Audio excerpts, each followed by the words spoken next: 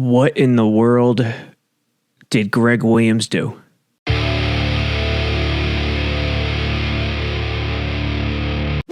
Sabo Radio, 2 days after the Jets lost to the Raiders in stunning fashion. I know it's the Jets. I know people aren't surprised with anything relating to the Jets, but this defies logic. The Henry Ruggs miracle at MetLife defies logic. And, let's get right into it. 13 seconds left. 3rd and 10. Up 4. Your defense just made a huge stop. Now, before we go any further, let's make this clear. Gregg Williams, if he never coaches another game in the NFL, he just went out his way. He went out on his terms. No, you don't want to go out giving up a inexplicable 46-yard touchdown with 5 ticks on the clock, but at least he went down doing what he does. And for all the folks who think there's some grand conspiracy that Gregg Williams was paid off, that he intentionally tanked the Jets, turn the TV off. Turn the TV off immediately. Don't watch Raw or SmackDown anymore. Don't watch these incredible, fantastical shows. Your mind is polluted. This is the NFL. Players and coaches do not do that. There's only 16 games in each season, and every one is precious. These guys are independent contractors. So every game, no matter the record, is crucial. You're playing for your next job. That's the way it works. So there is no tanking from that regard. It's just absurd. What's also absurd was the play call. The play call was terrible. We know this. There are ways to blitz against a Hail Mary type situation. This is the ballsiest, riskiest way of any of them. And there are 3 major sins on the play. First, let's watch it through. Jets 4 across near the sticks, which clues Carr in that it's going to be a 0 blitz look. Sure enough, it is. They bring 7. Carr steps up in the pocket like the Red Sea parting, finds Ruggs in the end zone. Let's watch it from the tight view and see what we see. 3 on each side. It's not really an overload situation. It's more of a balanced blitz, which we'll get into in a little bit. But Hewitt coming down the A-gap. Carr avoids him, steps up, finds Ruggs. Now, there's a lot to discuss on the play. Number 1 is David Carr. And the first sin is this. When blitzing against a Hail Mary type situation, the element of surprise is the biggest factor. It's not about the number of players you bring. It's about the element of surprise. You often see, that's why you'll often see 3 down defensive linemen and another 2 or 3 coming from wherever they come from. Sometimes it's an overload blitz where you'll want to flush the right-handed quarterback to his left, so he has to throw against the grain. And in that event, you might see a slot corner come along with a linebacker, both off the edge, and it moves the pocket to the quarterback's left. But the key is the quarterback doesn't know the blitz is coming. You do it in a sort of casual way.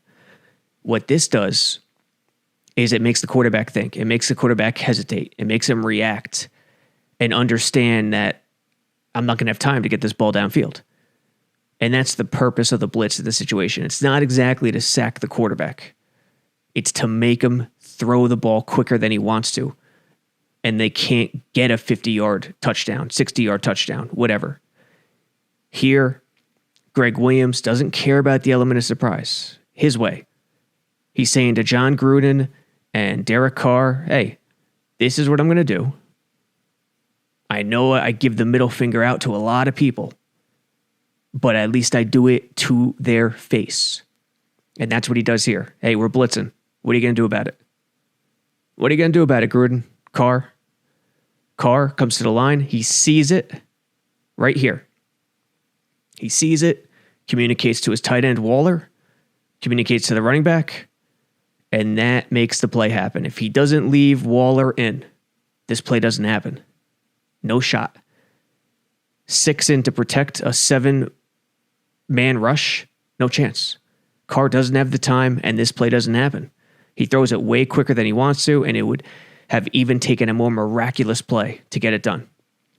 So Carr adjusting, Gregg Williams not going with any kind of element of surprise with the blitz, and rushing 7, which I forget the stat from ESPN, has never been done or hasn't been done in many, many decades in a similar situation.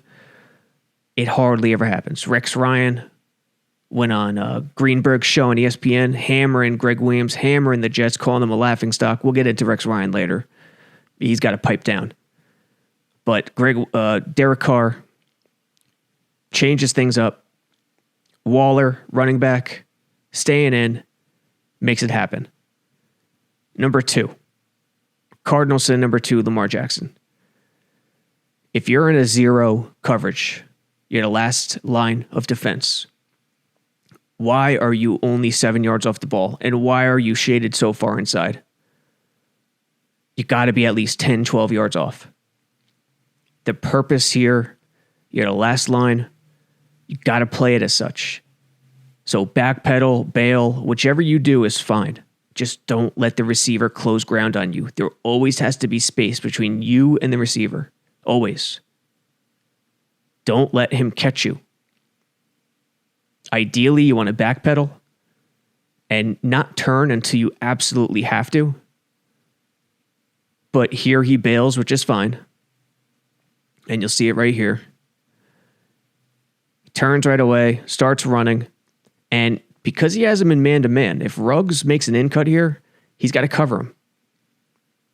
So not having that free safety, if he runs an in-cut here and Carr hits him, I mean, there's a solid chance he could score or get out of bounds, making it a 30, 25, 20-yard try to the end zone with 3, 4, 5 seconds left. So you understand why he goes for the stutter just a little bit. But still, say Ruggs cut to the inside.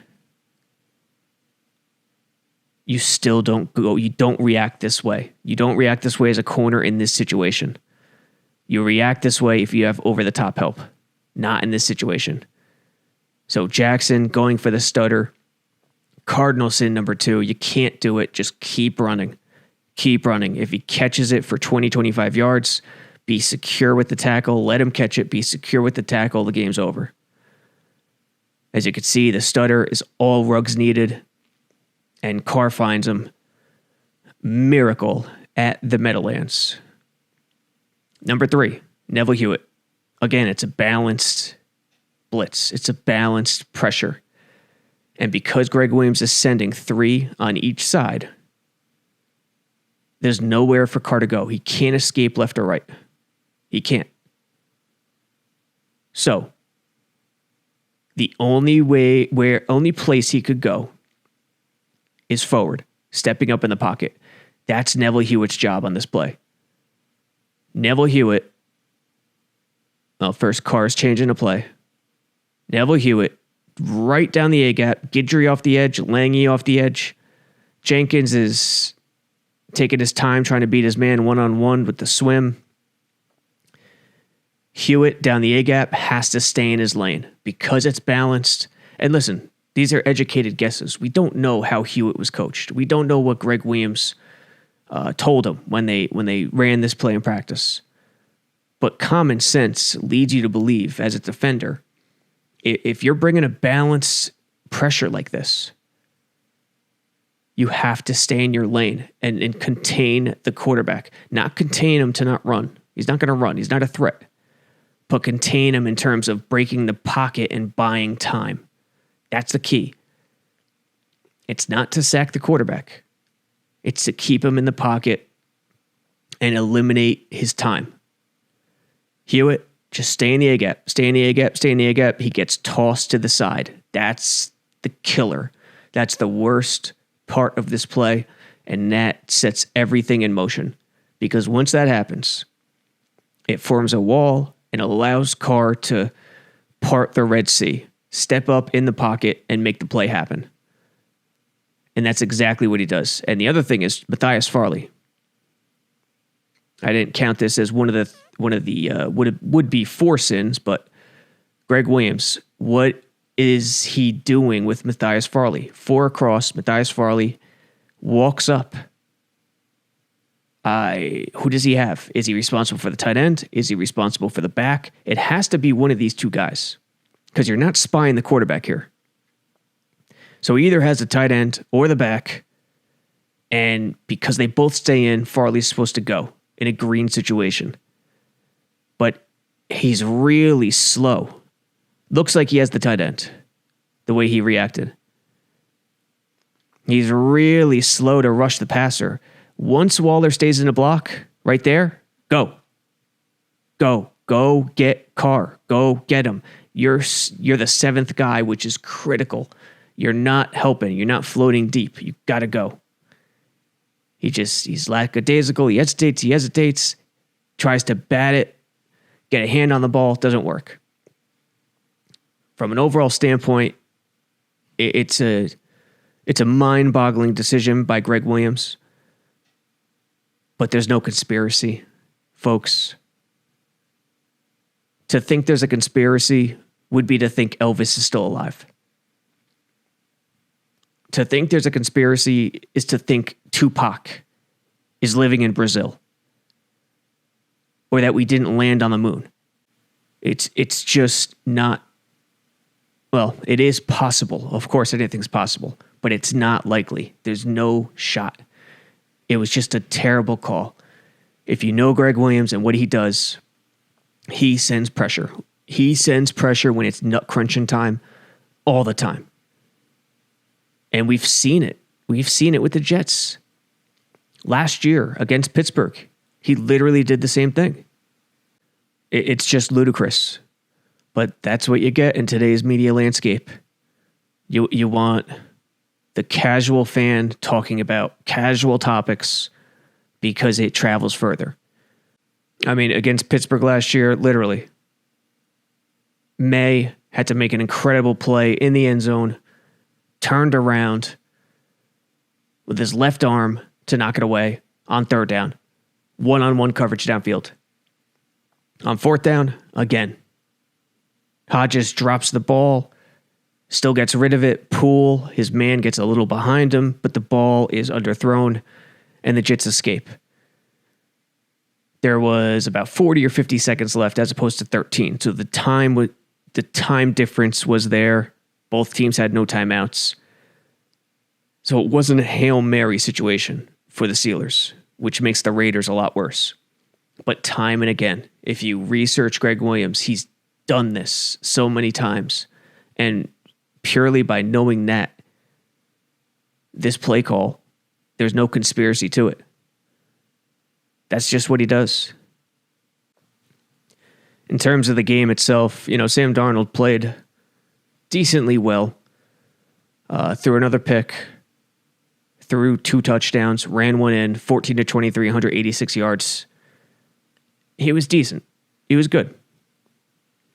But this Raiders defense is terrible. We talked about it last week. This was a tricky matchup for the Jets. And Paul Gunther did not let me down. The Raiders defense did not let me down. They even had Clelin Ferrell when everyone thought he was going to miss the game. And the Jets had their worst game out of Mekhi Becton as a pro. He wasn't great at all. He got beat by Ferrell. Darnold also lost 2 fumbles in that second quarter. If that second quarter doesn't happen with Ferrell and Crosby, especially Ferrell beating Becton and changing the momentum, the Jets probably win this walking away. But the Raiders changed the momentum in the second quarter thanks to the pass rush, which has been non-existent all year. They were second to last in sacks coming into the game. That may have changed based on this game. I don't know how many sacks they had in total. I think 3. But that second quarter was huge. Without Becton, putting up a poor performance, Jets probably win. Darnold probably stays in the groove, stays a bit hot, and Jets defense just does enough. I expected a high-scoring game, even higher than this, to be honest, but it did not disappoint because both defenses are terrible, and the Raiders missed Josh Jacobs, there's no question. They couldn't run the ball that well. See, Gruden's old-school offense, power rushing scheme is really tailored to Jacobs. So most NFL teams don't miss their running back that much. In the Raiders' case, because of the way Gruden coaches and calls plays, they miss their running back. Booker could only manage 50 yards on 16 carries. Darren Waller really busted out in the second quarter, had Ashton Davis running all over. 200 yards, 13 catches, 2 touchdowns. Ruggs was kept in check all game until that last play. For the Jets, Crowder, 5 catches, 47 yards. Mims, 2 for 40. Berrios, 2 for 33. Perryman was pretty quiet, 1 for 22.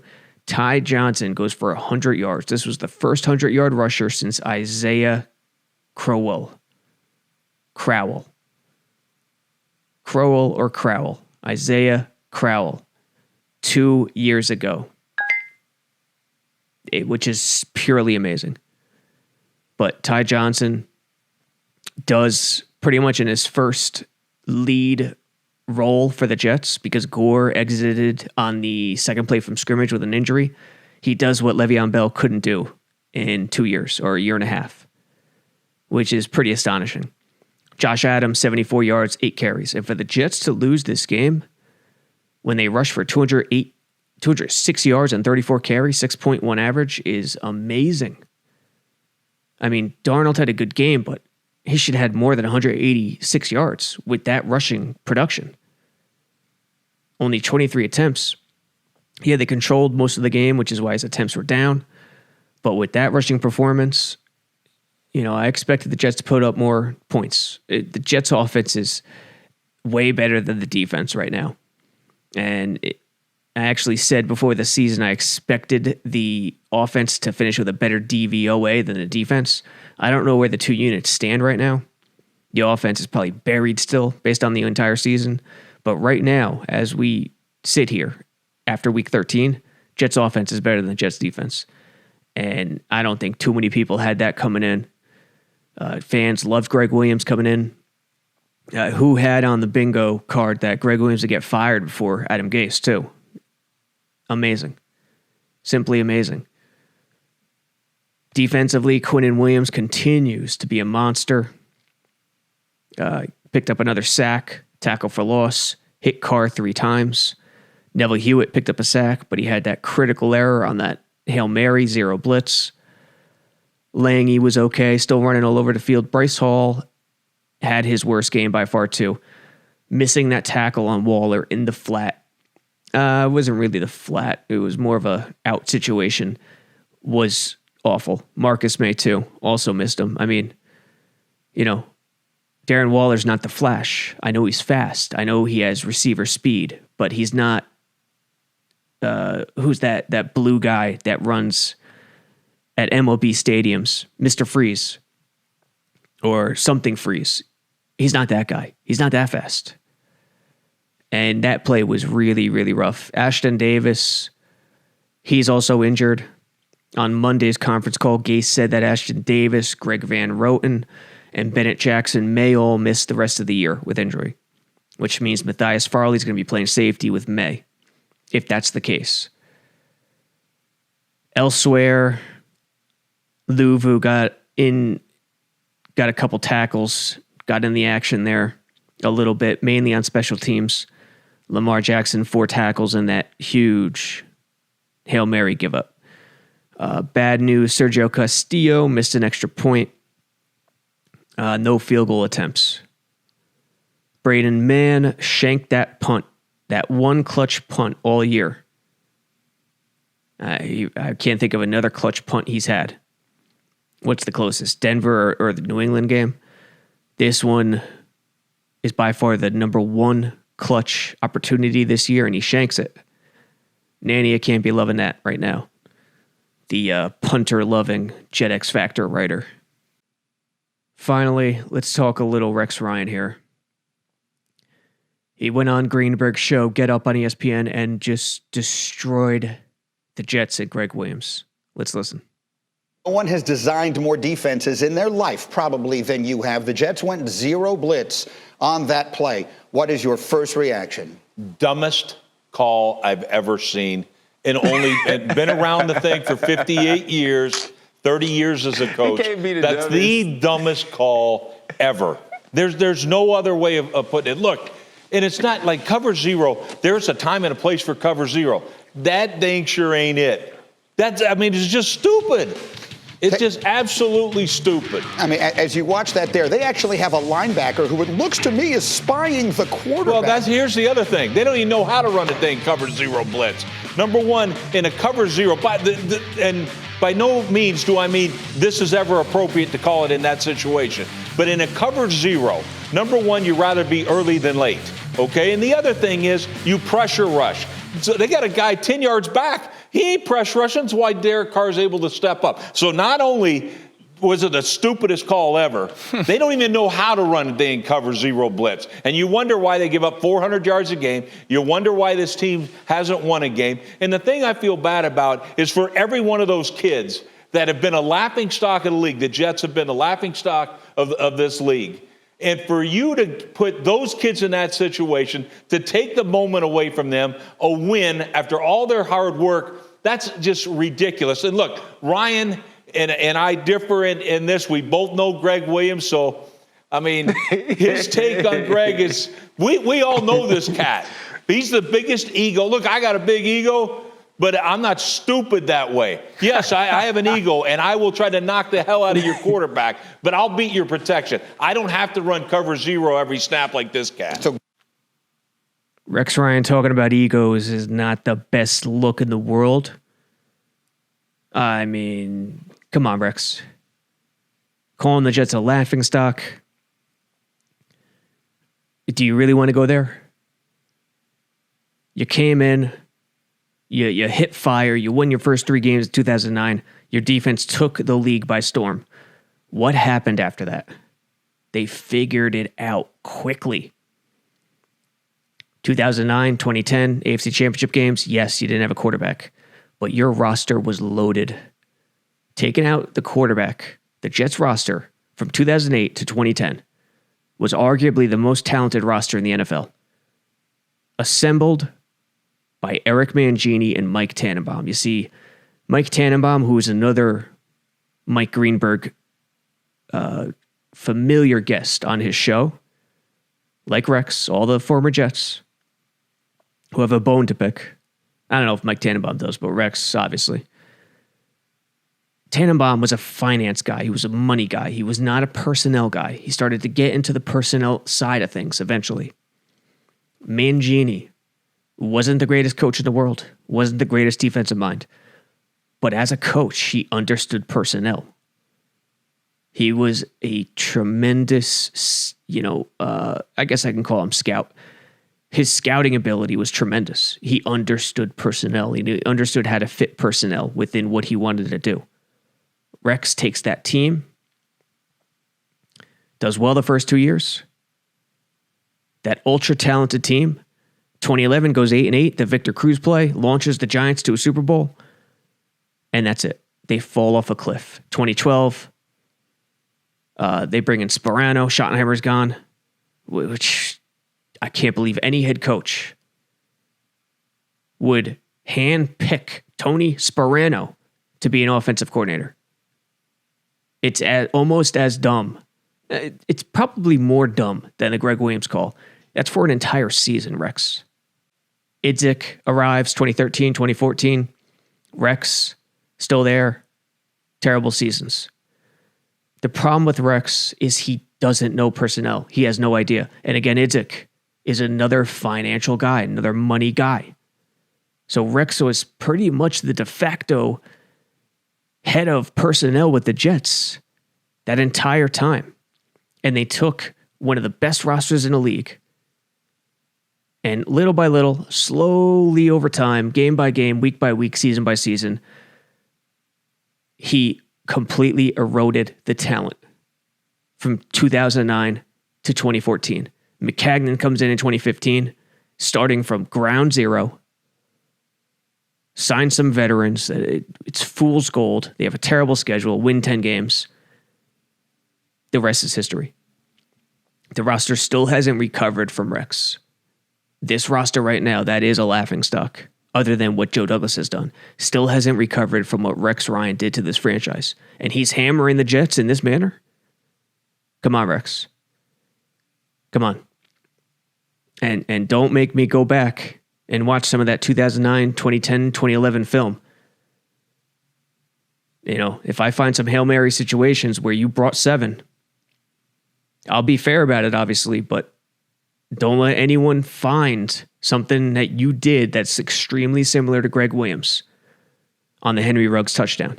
That won't be a good thing for you. And I know Rex has blitzed in Hail Mary situations. Is he more casual? Is he more Hail Mary sense, smart in that sense? Yeah, I think so.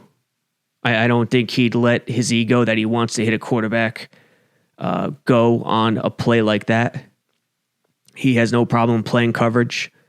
We've seen it with the Jets. But this is too much to take. This is over the top. Criticize the guy? Absolutely.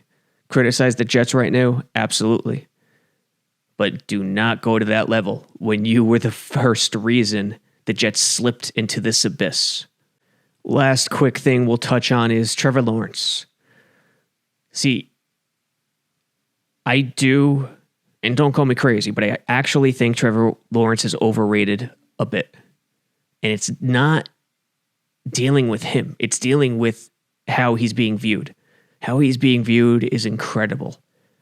I don't know if he's the best pocket passer in the world. I don't know if he's the most accurate in the world. I still have to see a lot of what he's done over the last 2+ years. But from a narrative and momentum standpoint, he's probably a bit overrated.